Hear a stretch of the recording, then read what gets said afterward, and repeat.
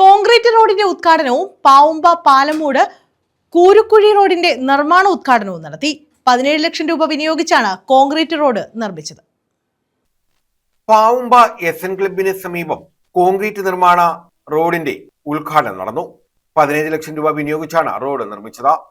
പാലമൂട്ടിൽ നിന്നും കൂരുക്കുഴിയിലേക്ക് പോകുന്ന റോഡിന്റെ നിർമ്മാണോദ്ഘാടനവും ഇതോടനുബന്ധിച്ച് നടത്തി. CR മഹേഷ് MLA ഉദ്ഘാടനം നിർവഹിച്ചു. രണ്ട് പരിപാടികളായിരുന്നു ഇവിടെ നടന്നത്. ഒന്ന്, എസ്എൻ ക്ലബിൽ നിന്നും കിഴക്കോട്ട് പോകുന്ന റോഡ്, കോൺക്രീറ്റ് റോഡ് പണി പൂർത്തീകരിച്ചു. MLA ഫണ്ടിൽ നിന്നും അനുവദിച്ച 15 ലക്ഷം രൂപയുടെ ഏറെക്കാലത്തെ പ്രദേശത്തെ ആളുകളുടെ ആഗ്രഹമായിരുന്നു.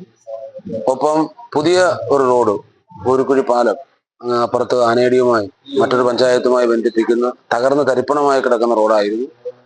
അവിടെയും പുതിയതായി നിർമ്മാണം ആരംഭിക്കുന്നതിന്റെ നിർമ്മാണ ഉദ്ഘാടനമാണ്. അങ്ങനെ രണ്ട് പരിപാടികളാണ് നടന്നത്. അപ്പോൾ വളരെ വേഗത്തിൽ ഈ നിർമ്മാണ പ്രവർത്തനം പൂർത്തീകരിച്ച് പാവുമ്പയിലെ എല്ലാ പ്രദേശത്തും തകർന്നു കിടക്കുന്ന റോഡുകൾ പൂർത്തീകരിക്കണമെന്നുള്ള ആഗ്രഹത്തിലാണ് മുന്നോട്ട് പോകുന്നത്.